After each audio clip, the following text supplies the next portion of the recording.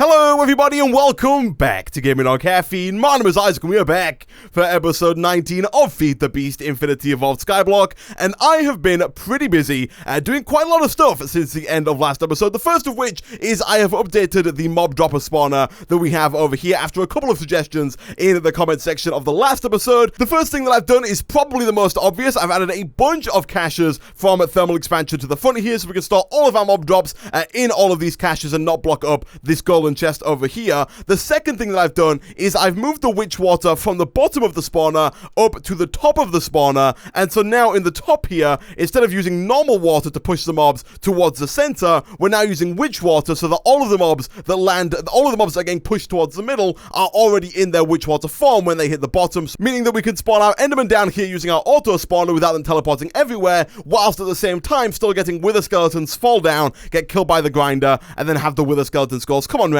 and into this barrel over here. You can see already we have 10 of these in this cache, and that's I think like 8 more than we had at the end of last episode.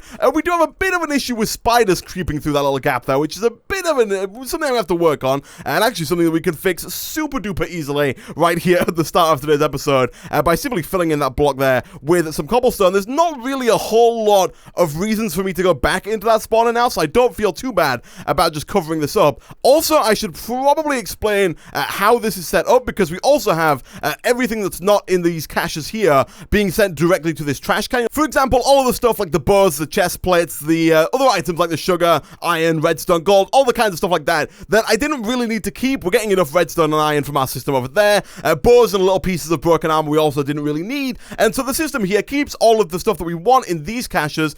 We do have a bow here. I'm not quite sure why. That should probably be dedicated to something else, but off the top of my head I can't remember what exactly I was going to put in that cache. But basically everything that I want is being kept in these caches here. Everything that I don't want is just being destroyed in this trash can here to keep the spawner moving and to make sure that we get more of these items here. And the way that we're doing that is all of the stuff that comes from this golden chest is being piped out through this transfer node round along here. We'll come to this a little bit in a second, but it's coming around along here and then trying to go into every single one of these caches along the route it goes along here. I've put these little covers in the middle here to stop these pipes connecting to these pipes, but basically it comes all the way around the edge here, around the bottom, tries to go in every single cache as it can, so all of the stuff that's in these caches will go into these caches, so any ender pearls that come round won't be able to go into any of these, but as soon as it comes across this cache, it will go in, all the way around along the bottom, and then into the trash can at the very end. As for this other pipe, this is just another chest at the bottom here, because a couple of the mobs are hitting the ground and dying upon impact, because there is now no way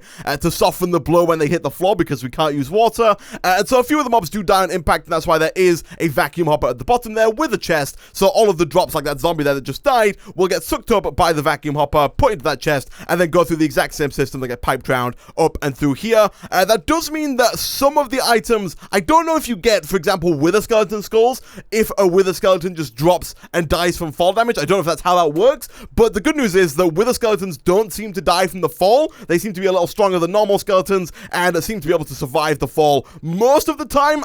I'm not quite sure how it's going to work out, but we have managed to get a couple more wither skeleton skulls since the end of last episode, so I'm going to assume it's at least working somewhat. The second big thing that I've done since the end of last episode, which you might have seen just a second ago when I showed you the lower chest there, is that I have created a whole new platform underneath here, a much bigger, well, it's actually the same size as this platform over here, but I've created a brand new platform made entirely out of wood, mostly just to change up the look a little bit with a cobblestone edge, using some chiseled cobblestone blocks and lit using some glowstone, just so that we don't have a ton of torches all over the place. And this is a platform I'm going to use this episode to start with a little bit of logistics pipes, because I don't know about you, but I am fed up to the back teeth of crafting certain items. More specifically, Industrial Craft 2 items. I am fed up of crafting plates and wires and cables, and we need so many of them to craft all of the Industrial Craft 2 stuff, and I'm fed up of crafting them, and so we're going to work on a bit of logistics pipes. We're going to work on making it so we can request any item from our storage drawer setup, and we're also going to start on a little bit of auto crafting towards the second half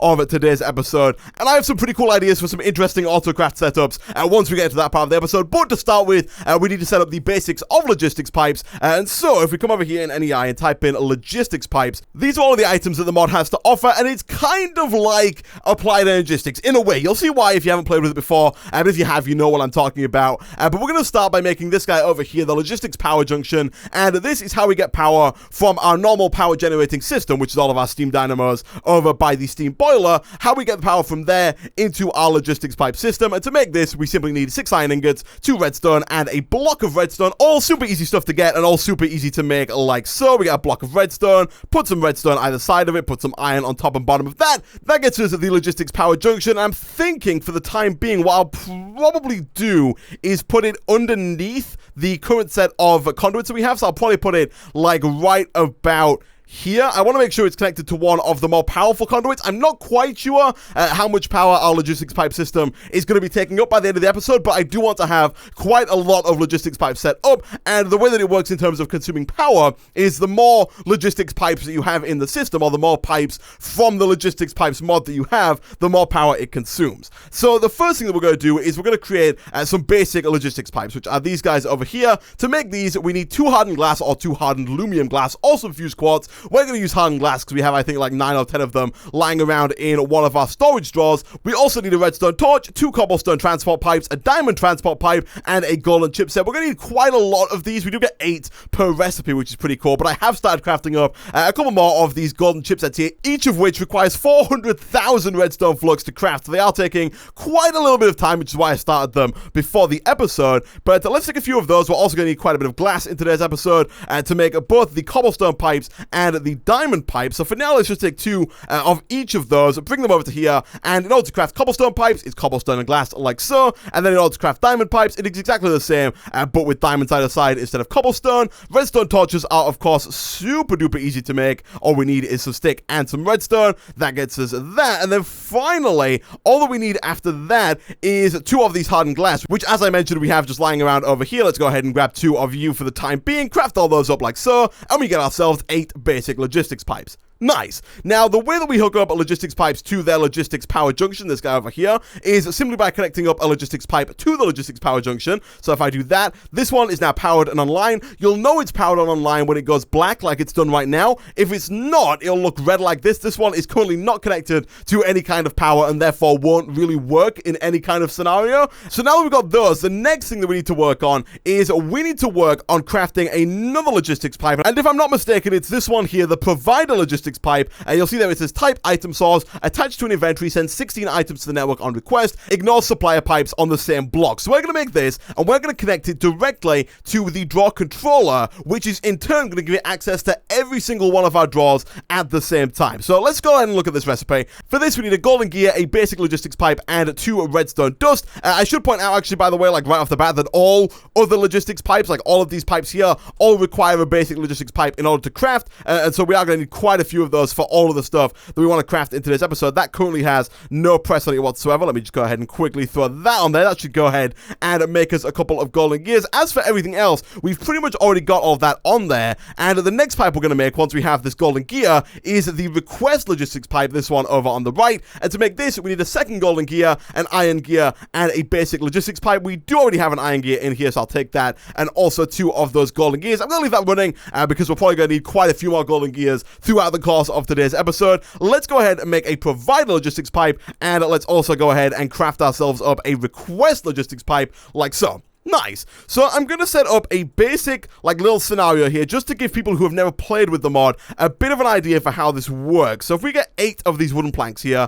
craft those up into a chest, we'll take this chest, and we will hook this chest up to our logistics pipe system. Right now, our logistics pipe system is just these 2 blocks right here. So, for example, let's quickly grab some golden pipes. I'm going to be using a lot of golden pipes for transportation because golden pipes are the fastest of the buildcraft pipes, and you do have to use buildcraft pipes with logistics pipes. You'll notice they do look a lot like buildcraft pipes in their look. And what we're going to do is we're going to connect this provider pipe to this chest like so. You'll see it connects up nicely. Right now it's red. If we connect the provider pipe up to the logistics power junction via these golden pipes here like so. By the way, you can also use iron pipes, cobblestone pipes, stone pipes. Any of the buildcraft pipes should work just nicely. You'll see this turns black and shows that it is now powered, and it should now be able to access anything within this chest. For example, if I put some redstone in here, this provider pipe can now now access all of the redstone in this chest, and is now sending that information through the logistics pipe system. And this is where our request logistics pipe comes in. If we grab our request logistics pipe, again, let's just add a few more pipes here just for fun and stick down the request logistics pipe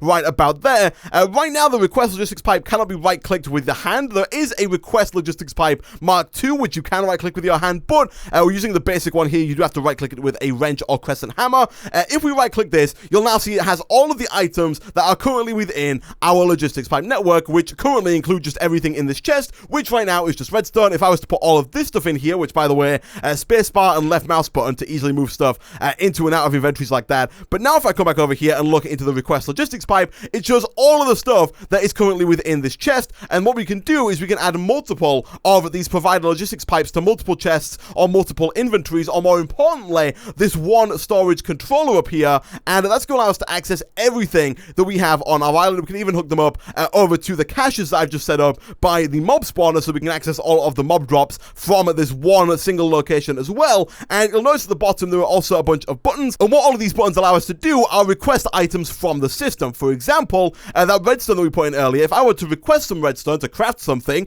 I could click on the redstone, request how many I want. You can use these buttons here to go up and down by 1, these ones to go up and down by 10, and these ones to go up and down by a stack. So for example, if I wanted all 50 of that redstone, I could type in 50, click request, and it will pull all of that redstone out of the associated chest, send it all the way through, and allow me to access it. And so what we can do is, if, for example, we were to take this supplier pipe that we have here, or this provider pipe, sorry, supplier pipes are a different thing that we'll come to later on down the line. They're over here. But this provider pipe, if we stick this over onto our controller, I think we could put it on any side we like. I'm going to put it there for now. And then we connect it up with golden pipes to the power junction.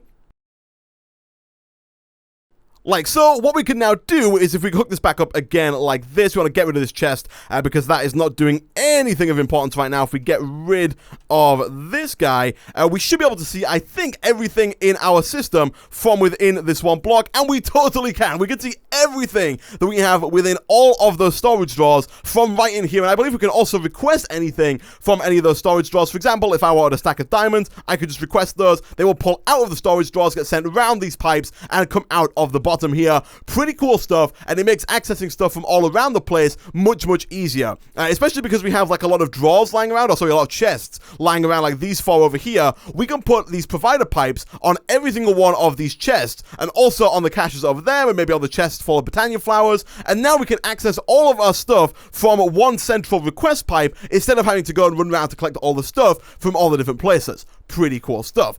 So what I'll probably end up doing is making a second request pipe. I'll have one down here so that we can request items whilst we're on the bottom floor, and I'll also have one up here on the top floor as well so we can request items. I'll probably put it like right about here next to the crafting station, so we can request any of these items as well whilst we're stood here. It may seem a bit pointless because all the stuff is pretty much here, but more specifically, it's just for like all of these chests that we have lying around. I want to be able to access all of that stuff all at once and not have to run around trying to faff around and find where stuff is. So now that that's done, it's time to start working on auto crafting, and the way we're going to do that is using the crafting logistics pipe, which is probably like easiest found if I just type in crafting logistics pipe. We're going to use these again. There are a few different tiers. There's tier 1, tier 2, and tier 3. I believe the higher tiers, tier 2 and tier 3, craft faster than the first tier, but we're going to be using these to craft with machines, and machines are already pretty slow anyway. So we're going to start out by just using the basic tier 1 crafting logistics pipe, and the way that this works is that we take a piece of redstone, a basic logistics pipe, and a stone gear, which is made from a wooden gear,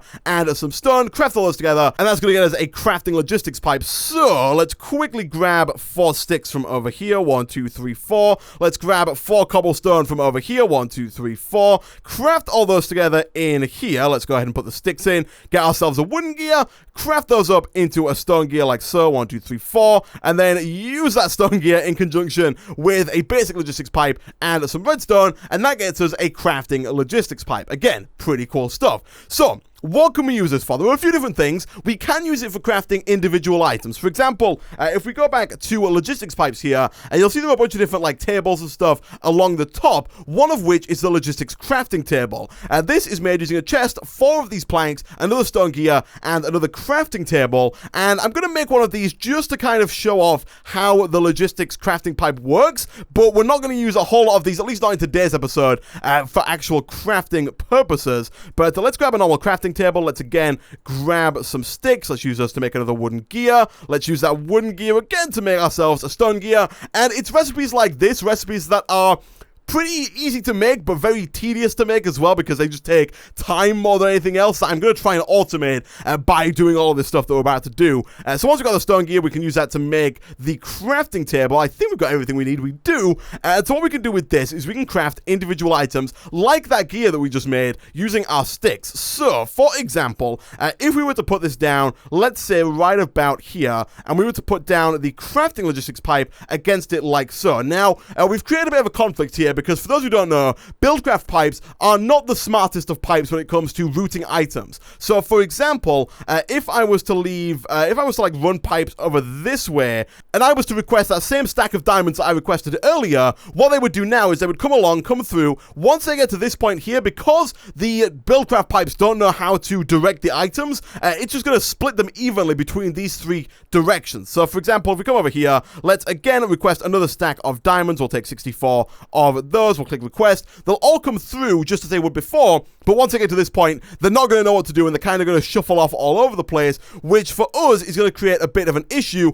because we specifically wanted them to all come over here. And the way that you fix those little conflicts is by just putting a basic logistics pipe on any little intersection that you have that connects multiple different types of pipe up. Now, if I was to do the same request for a third time, we'll go ahead and request a stack of diamonds again. All the diamonds will come directly through. They'll get to this one. This basic logistics pipe will tell them all to come this way to the request pipe. The request pipe will then just spit them out onto the floor for me to pick up and use however I like. Nice. So now we got that. Let's get back to the crafting logistics pipe that we have over here.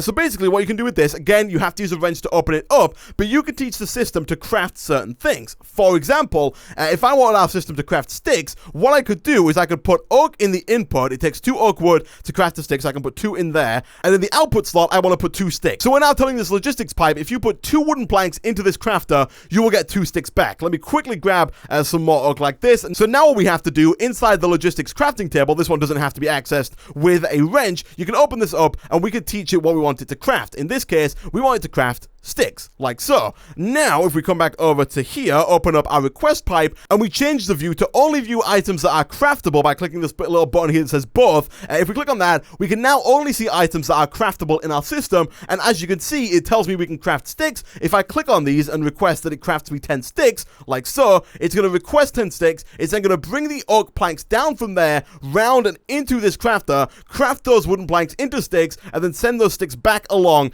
and over to here, like so. Pretty cool stuff. Now, I might have just then, I think it might have used some of the sticks that we already had in our storage door, because we did have a little few of them sitting around in here. How many do we have? Oh no, we got none left in there, so no sticks left in the system. So now, if we do that one more time and say, how much oak planks do we have? Because remember, it doesn't know how to turn logs into planks, and so we've only got 125 oak planks. So if I was to request more than 125 oak planks worth of sticks, so if I was to request, say, 150 sticks, it wouldn't work, because we don't have enough planks to actually make that happen, unless we were to set up another one of these logistics crafting tables alongside another one of these crafting logistics pipes that teaches the system how to turn logs into planks, at which point it would then turn the logs into planks and then turn the planks into sticks and then send them over to the request pipe. It's a pretty cool little system and works really well for crafting those little menial things like we just did before. And what I can do now is I can teach another one of these. I can set up a load of these, like a full wall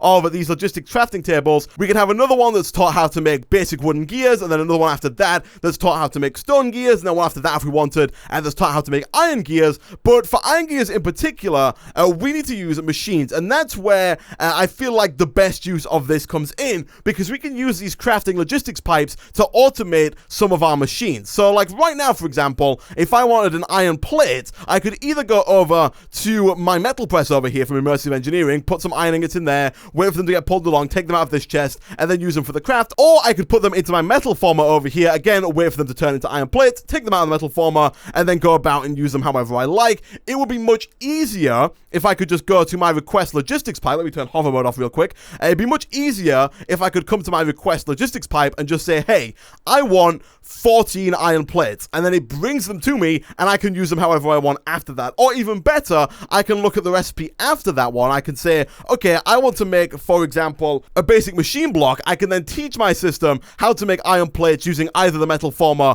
or the metal press from immersive engineering, and then use another one of these basic crafting tables, and then teach the whole system how to do the whole thing. I can even hook it up to my assembly table and teach my logistics pipe system how to make this iron chipset. And so I could just request a basic machine casing instead of having to go through and get all of the individual parts myself, which going forward is going to make life so much easier. It's not even funny. So let me come back up here. What I'm going to do, guys, I'm going to real quick go away and make a bunch more of these basic logistics pipes, as well as a bunch more of the crafting logistics pipes, and I'll be back in a second.